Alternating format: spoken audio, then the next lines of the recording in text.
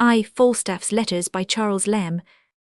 Original Letters and C. of Sir John Falstaff and his friends, now first made public by a gentleman, a descendant of Dame Quickly from genuine MSS, which have been in the possession of the Quickly family near 400 years. London, Robinson's, 1796. A copy of this work sold at the Roxburgh sale for 5 guineas. We have both before and since that time picked it up at stalls for 18 pence.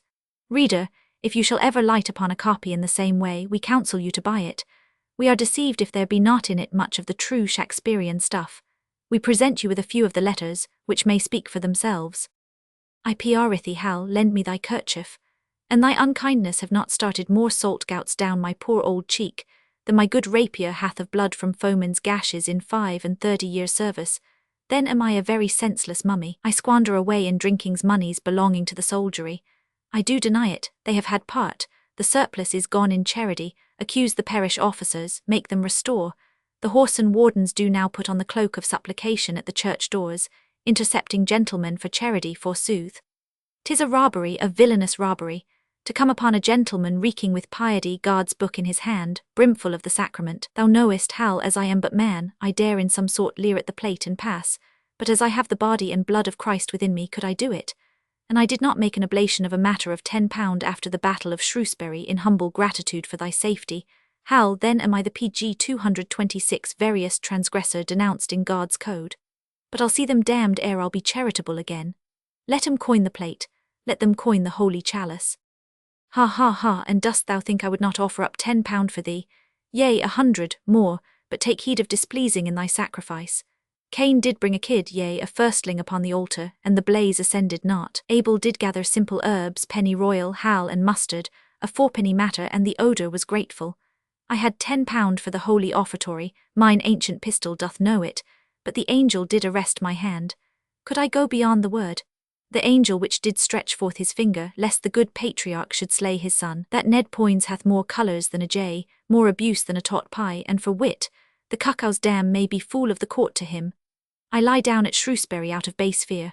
I melt into roods and acres and poles. I tell thee what, Hal, there's not a subject in the land hath half my temperance of valour. Did I not see thee combating the Manquella Hotspur, yea, in peril of subduement? Was it for me to lose my sweet Hal without a thrust, having my rapier, my habergeon, my good self about me? I did lie down in the hope of shirking him in the rib. 4 drummers and a fifer did help me to the ground. Didst thou not mark how I did leer upon thee from beneath my buckler? That Poins hath more scurrility than is in a whole flock of disquieted geese. For the rebels I did conceal, thou shouldst give me laud. I did think thou wert already encompassed with more enemies than the resources of men could prevent overwhelming thee. Yea, that thou wert the dove on the waters of Ararat, and didst lack a resting place. Was it for me to heap to thy manifold disquiets? Was it for me to fret thee with the advice of more enemies than thou didst already know of? I could not take their lives, and therefore did I take their moneys. I did find them lest they should scape. Hal, thou dost understand me without chastisement. Yea, I find them for a punishment. They did make oath on the point of my sword to be true men, PG 227, and the rogues forswore themselves, and joined the Welchmen, let them look to it. 'Tis no peachment of my virtue. Oh, I am setting on a nest of the most unfledged cuckoos that ever brooded under the wing of hawk. Thou must know, Hal, I had note of a good hale recruit or two in this neighbourhood. In other shape came I not. Look to it, Master Shallow, that in other shape I depart not. But I know thou art ever all desire to be admitted a fellow commoner in a jest. Robert Shallow-esque, judge it the hamlet of Cotswold. Doth not the name of Judge horribly chill thee? With Aaron's rod in his hand, he hath the white beard of Moses on his chin. In good sooth his perpetual countenance is not unlike what thou wouldst conceit of the momentary one of the lunatic Jew, when he tumbled God's tables from the mount. He hath a quick busy gait, more of this upright judge perpendicular as a pikeman's weapon. Hal, anon, I would dispatch with these Bardolph, but the knave's hands, I cry thee mercy, his mouth is full in preventing desertion among my recruits. And every liver among them haven't stood me in 43 shilling, then am I a naughty escheator. I tell thee what, Hal, I'd fight against my conscience for never a prince in Christendom but thee. Oh, this is a most damnable cause, and the rogues know it. They'll drink nothing but sack of 3 and 2pence a gallon, and I enlist me none but tall puissant fellows that would quaff me up Fleet ditch, were it filled with sack, picked men, Hal, such as will shake my Lord of York's mitre. I pray thee, sweet lad, make speed, thou shalt see glorious deeds. How say you, reader, do not these inventions smack of Eastcheap? Are they not nimble, forgetive, evasive? Is not the humour of them elaborate, cogitabund, fanciful? Carry they not the true image and superscription of the Father which begat them? Are they not steeped all over in character, subtle, profound, unctuous? Is not here the very effigies of the night? Could a counterfeit Jack Falstaff come by these conceits? Or are you, reader, one who pg 228 delights to drench his mirth in tears? You are, or peradventure have been a lover, a dismissed bachelor, perchance one that is lastlorn.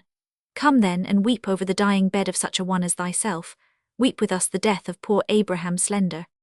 Master Abram is dead, gone, your worship, dead. Master Abram, oh, good your worship, a's gone. And never throve since a came from Windsor, 'twas his death. I called him rebel, your worship, but I was all subject. I was subject to any babe as much as a king. I turned like as it were the latter end of a lover's lute. I was all peace and resignment. I took delight in nothing but his book of songs and sonnets. I would go to the Stroud side under the large beech tree, and sing, till 'twas quite pity of our lives to mark him, for his chin grew as long as a muscle. Oh, I sung his soul and body quite away. I was lank as any greyhound and had such a scent. I hid his love songs among your worship's law books, for I thought if I could not get at them it might be to his quiet, but I snuffed them out in a moment. Good your worship have the wise woman of Brentford secured. Master Abram may have been conjured, Peter Simple says, and never looked up after a cent for the wise woman. Mary, I was always given to look down afore his elders. I might do it, I was given to it, your worship knows it, but then 'twas peak and pert with him, Mary, in the turn of his heel. Died your worship just about one at the crow of the cock. I thought how it was with him, for I talked as quick, I, Mary, as glib as your worship, and I smiled and looked at his own nose and called sweet Anne Page. I asked him if I would eat, so I bade us commend him to his cousin Robert, and never called your worship so before, and bade us get hot meat, for I would not say nay to Anne again. 37, but I never lived to touch it. I began all in a moment to sing, lovers all, a madrigal. 'Twas the only song Master Abram ever learnt out of book, and clean by heart, your worship.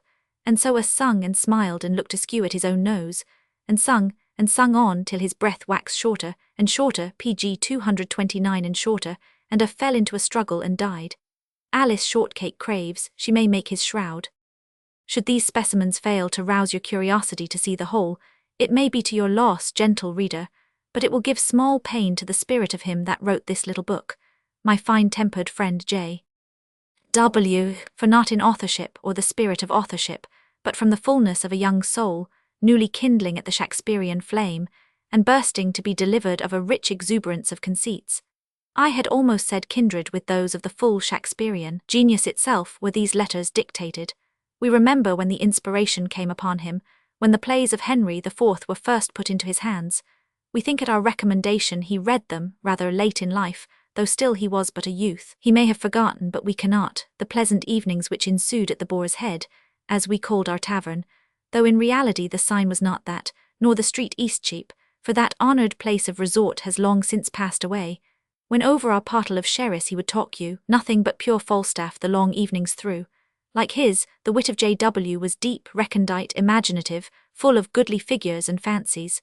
Those evenings have long since passed away, and nothing comparable to them has come in their stead or can come. We have heard the chimes at midnight.